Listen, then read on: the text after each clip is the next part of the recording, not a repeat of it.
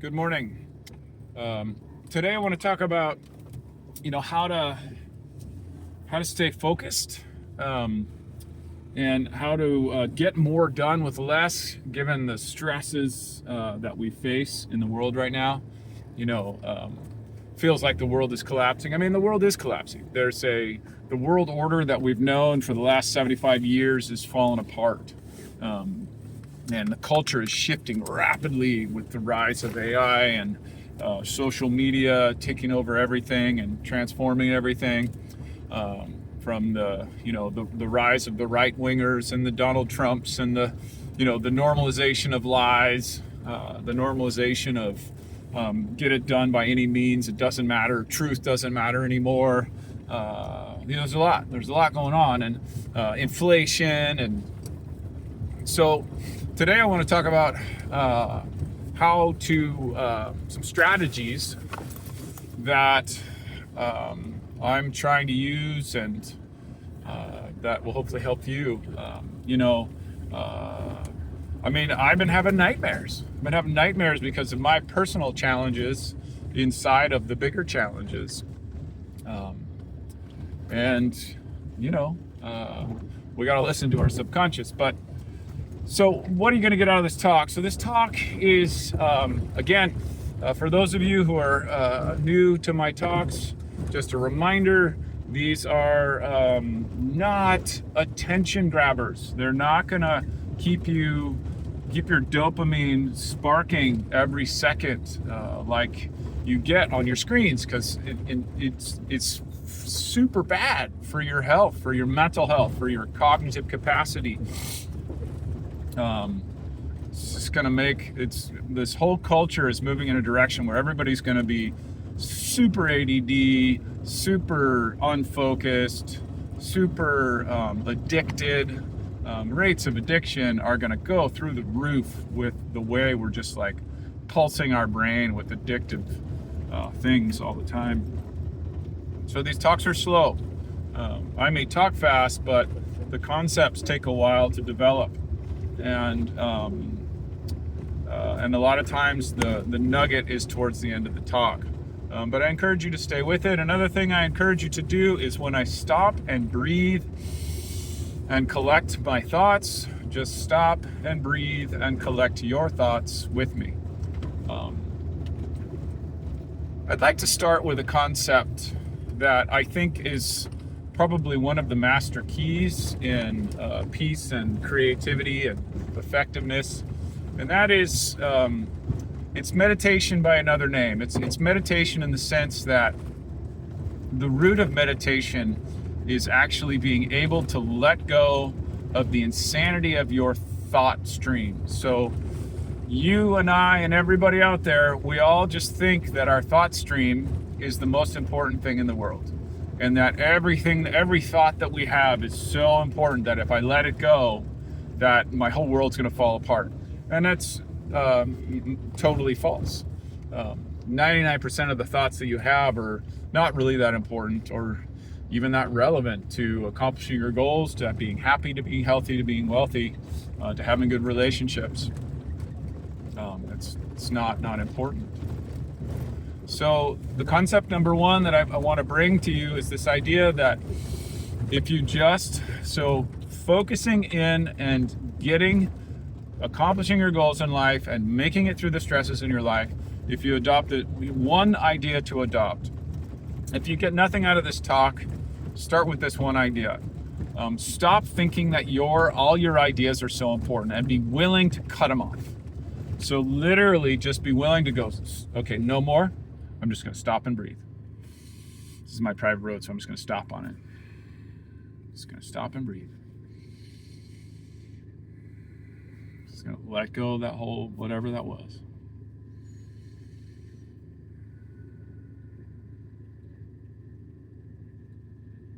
Just empty it out.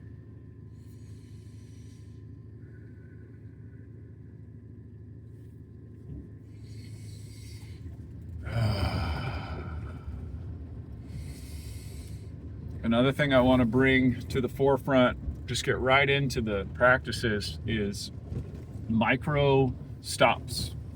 I said in another talk, and I'll say it again, I think it bears repeating hundreds of times. It's not, if you think that micro pauses don't work, is that they're not enough in your life, they are. And the only thing that matters is that you're not taking the micro breaks. That was my neighbor, Jeff. So you need to take the micro breaks, and they do work. It's literally one breath.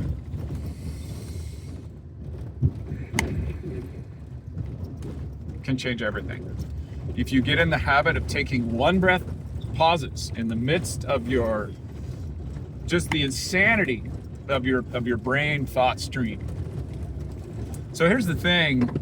Here's a thing to think about, or to contemplate, or to really ingest.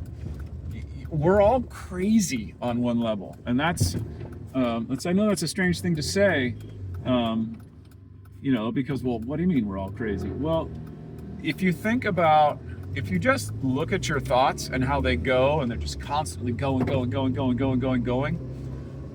they're not consistent. They're all over the place, and it's kind of like a crazy person. You're like a crazy person in your own head if you just let your thoughts carry you wherever they're going to go. It's pretty crazy. The most balanced, wise, creative, peaceful people in the world can stop and let their thought go and start fresh.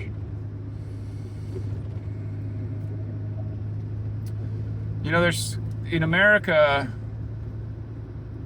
pretty much everybody either hates Donald Trump or loves Donald Trump.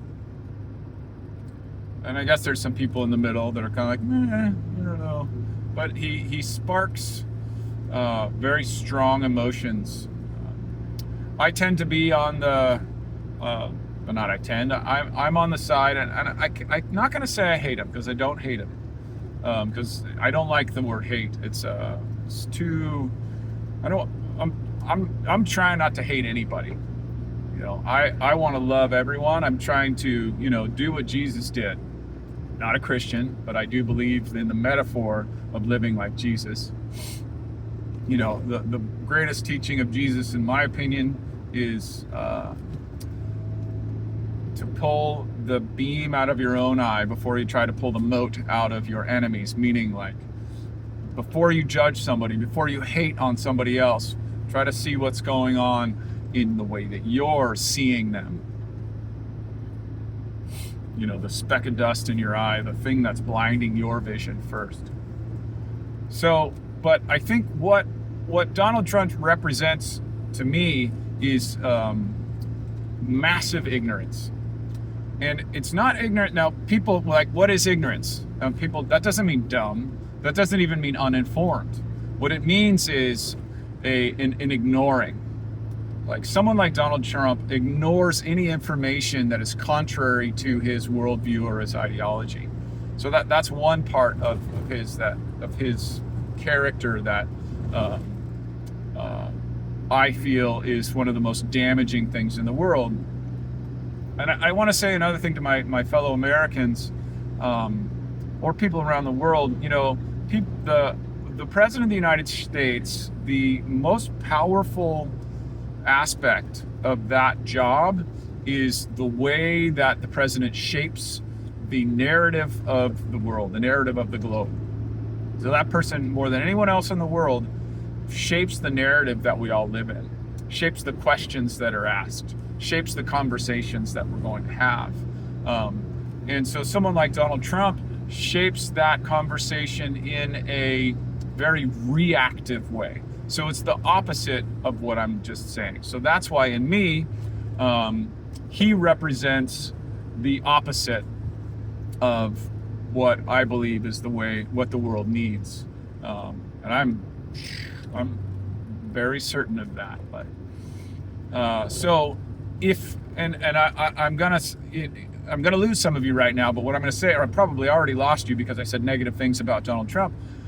If you are fully aligned with him, you are aligned with your reactive body. So you have moved into a fear-based reactive mode of living, and you're just planted there, 100% planted there. Now you can totally be planted there on the other side of the political spectrum as well, but Donald Trump is the poster child of reactive thinking, reactive living, very fear-based too. Like everything is a reactive control because of the deep fear of another taking what is yours. So how can I tie this back, and how can this help you? So this talk is about how to stay focused, how to, what are practical skills that you can use to get to accomplish your goals in life. And again, all these talks are for, my tribe, which is the tribe of Earth lovers. So it's not going to, maybe you're listening to this and you don't really care about the Earth, but I doubt you're going to stick around for very long. So in order to be that wisdom-based person, someone who comes from a place where you're thinking in the long term, you're thinking about, peace for everyone, this building a better society for all and for all of life, and a more vital, enhanced life. And faced with the challenges that we have in this day, the inflation and the reactive nature of our leadership, how do you deal with that? So one of a permaculture principle which I love is called stacking functions, and so that would be one of the other practices. So one practice is micro pauses, breathe, take breaks. It's gonna pull you out of that reactive nature. Like, have you ever seen Donald take a breath, a pause? No, he's just constantly trying to dominate the situation, whatever it is, from probably the moment he wakes up till the moment he goes to sleep. So that's not what you want to do. It can give you a lot of power, but it's ultimately not going to heal you or the planet or anyone else. So one is take the micro pause, take the macro pause, breathe. And another is which I already mentioned before, so I'm going to repeat because it's really hard to let this one sink in. Stop giving your thoughts as much importance. Start accepting that in the silence, in the void. So again, this also harkens back to when our Western cultures, our fear of death, because death is what we're not afraid of death. Really, what we're afraid of is emptiness.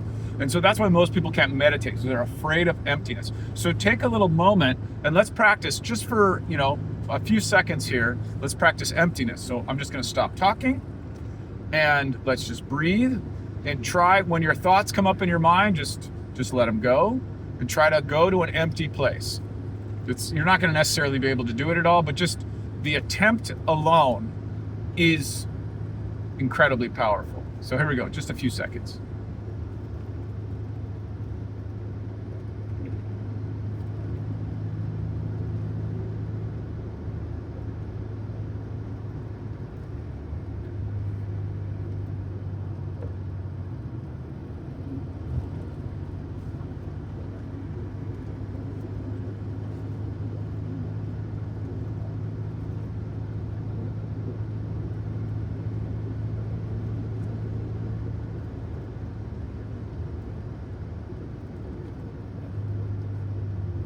Okay. So how was that? Did you do it? Was your mind racing the whole time? Were you actually able to achieve any emptiness in that space there? One of the things that I noticed when I approached my fear of emptiness was a fear of looking silly in your eyes, in the viewer's eyes. That by stopping, I was going to lose my train of thought, and I was not going to seem like a powerful teacher. I was just going to seem like some yahoo who doesn't know what he's doing and shouldn't even really be teaching. So my imposter syndrome just went right up to the surface.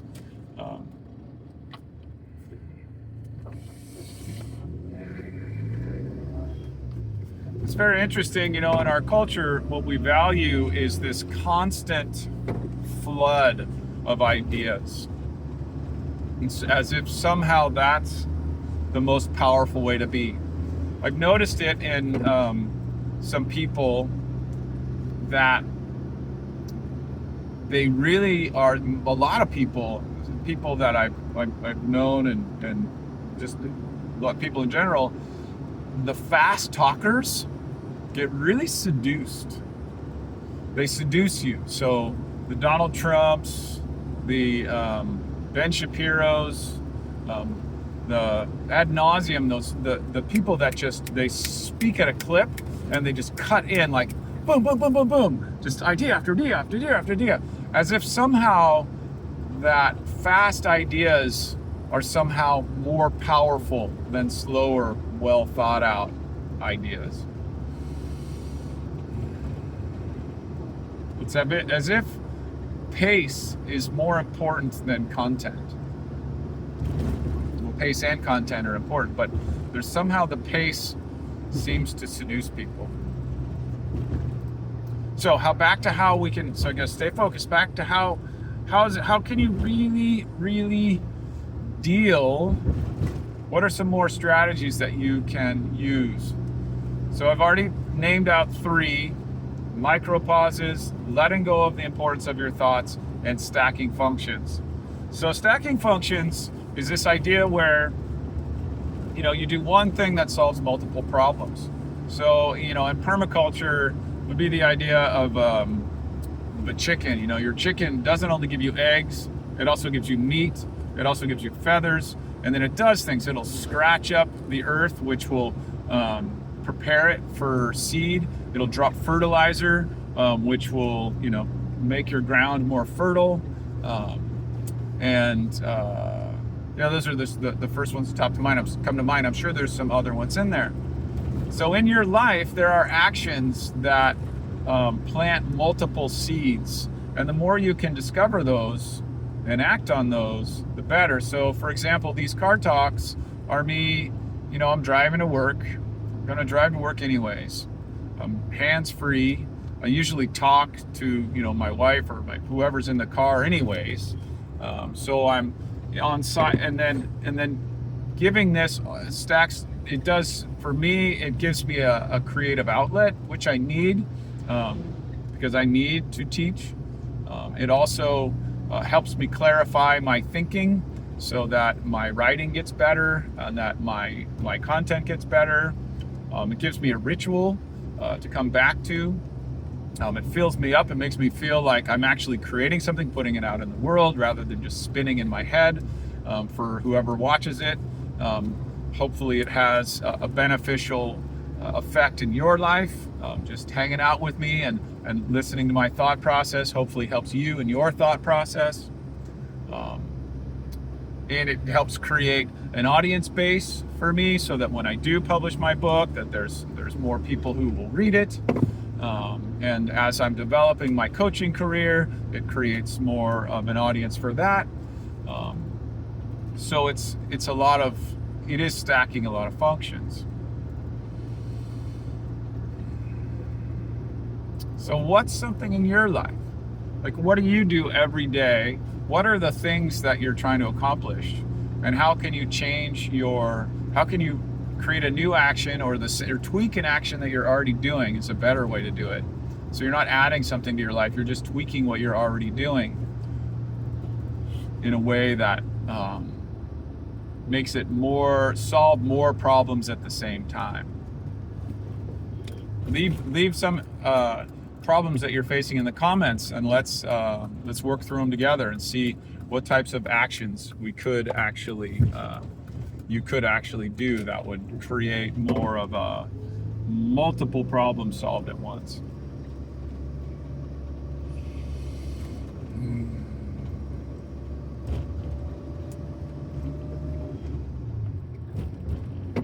I want to speak to, are you afraid right now? Are you feeling stress,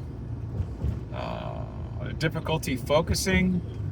Let me know in the comments what you're feeling, and we'll work through them together. I think that brings up another point.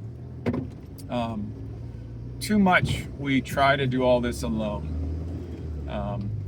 So another key concept is to realize that, how can I say this? There's a wonderful Alan Watts talk that I listened to yesterday, which really encapsulates all these ideas that I've been working with for years. That you're not an isolated individual. It is sort of it's totally a myth. We think of the center of our being as in our brain, as in our thoughts, and then that goes back to like letting go of the importance of your thoughts. But the center of your being, like your heart beats. You don't have anything to do with that. Your blood flows. You don't have anything to do with that. I got back up here, make room for this guy. I think he can get through. I'm not sure. I guess I'll just go forward and get out of his way a little bit. Okay, one-way streets. Okay.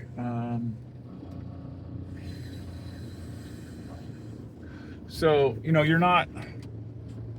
You don't digest your food. You don't. You're not in control of the microbes that are breaking down the carbs and the proteins in your belly right now, in your guts. You're not in charge of the cellular activity in your body. So 99%, you're not in charge of your dreams or your subconscious. So 99% of what you are is beneath the surface. And we all think that we're that 1% of us that's above the surface. And as I'm writing in my book, it's becoming more and more clear to me, that's just the tip of the iceberg. So you're not, 99% of you is your body that's not on the surface. And that also comes from your history, all of the ancestors, your human ancestors, your parents, your grandparents, all that stuff. No, it's fine. You're fine.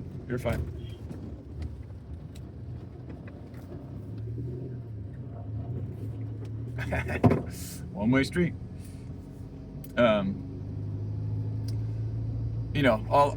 of that, like 4.3 billion years of evolution, that's you.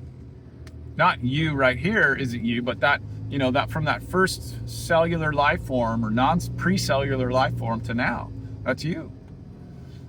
So how much control do you have over that? Like none. The origin of the universe, the Big Bang, and whatever came from before the Big Bang, like that's all you. So this illusion that we carry that somehow we're just the space between our head is just that. It's an illusion. So the more you can, and at the same time that people get demeaned by that, they think like, oh, that makes me less than. Well, it's at the same point you actually are the universe manifest in consciousness, in conscious form. I'm where I need to be, so I need to wrap up. Let's see here. Okay, parking. All right. So another practice would be to meditate on this idea that you are, your center isn't here. You could put it here in your heart, but it's like you are larger than yourself. And that is one of the core reasons that Christianity works, and other monotheistic faith-based religions work, because you say, I and the Father are, well, not I and the Father are one. I don't know exactly what they say in that realm, but you are, in those religions, you're subservient to a larger consciousness. You're a slave, basically. But even in those religions that sort of make you the slave-master relationship paradigm, it still is helpful because you're no longer thinking that this is in charge. So when you're thinking this is in charge, you kind of go crazy. because you're spinning in this kind of false narrative that you can control the world, which you can't. I mean, obviously you don't think literally you can control the world, but you think that you can. There's a possibility you can control your world, and you can't. That's why in the Indian and the Hindu and a lot of the other older traditions, the mother element, the mother goddess, has a birth element and then a death element, and they both create life and your consciousness and destroy it. So there's this point of being like revered and honored and then feared. Well, not necessarily feared, but just honoring the cycle that you can't control everything, that ultimately you're gonna go back to the ground of being that you came from, to the death place, the chaos place. So all this order that you create is going to ultimately devolve into chaos. So I don't know if this is helpful for you, but if you're at all a spiritual seeker, and you're trying to understand these bigger concepts, for me, having a ground in the older and more scientifically grounded notions of the universe is another element that helps me stay focused. I think that whole thread is leading to this idea that if you have a longer term horizon on your life focus and see yourself as part of a larger cosmic order, it makes it easier to deal with the stresses of the day. You still got to deal with them. You still got to get up and go to work and deal with the budget financing problems and your health issues. I got my old 30-year-old neck injury, just acting up. My fingers were twitching last night when I was sleeping, which scared the shit out of me. So I got to deal with all that. But stacking functions, doing these videos, taking micro breaks, admitting my fears. I was telling my wife this morning that all that I was dealing with and made me feel like less of a man. And I let her know that, and that was good, because I actually think it makes me more of a man because I'm not hiding from my fear. I'm not pretending that it's not there and squashing it down from some paradigm where I'm supposed to be something other than I am. Still showing up for the day.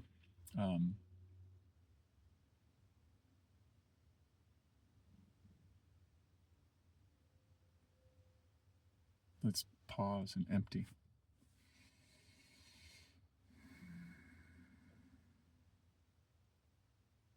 Let it all go.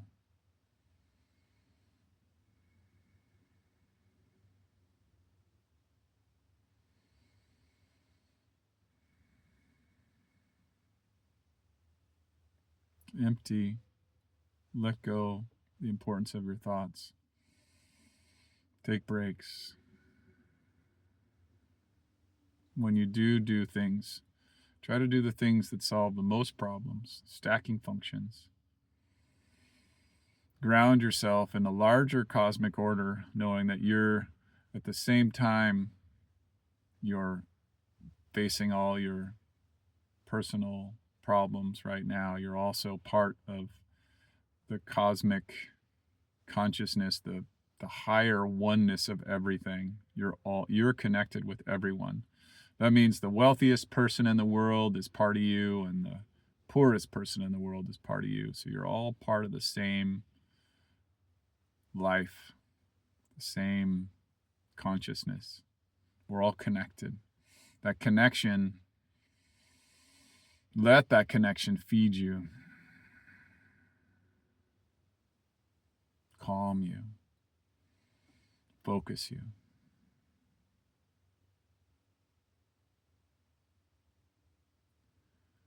Leave comments below, and